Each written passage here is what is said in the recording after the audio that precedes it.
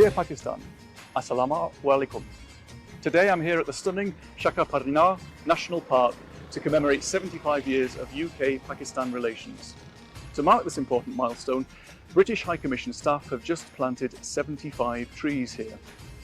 This, like so much of our work, is carried out in cooperation with the people of Pakistan and complements the incredible 7,500 trees being planted this year in the UK by the British Pakistan Foundation and the Pakistan High Commission to celebrate the 75-year journey of the British Pakistani community. Such activity is a great testament to our deep people-to-people ties. Right now, the UK and Pakistan are collaborating to tackle some of the world's most pressing challenges, from driving forward action on climate change to improving gender equality. I know that we will continue to do so over the next 75 years. Happy birthday, happy Independence Day. Azmi Ali Shan, Shahad Rakhe, Pakistan.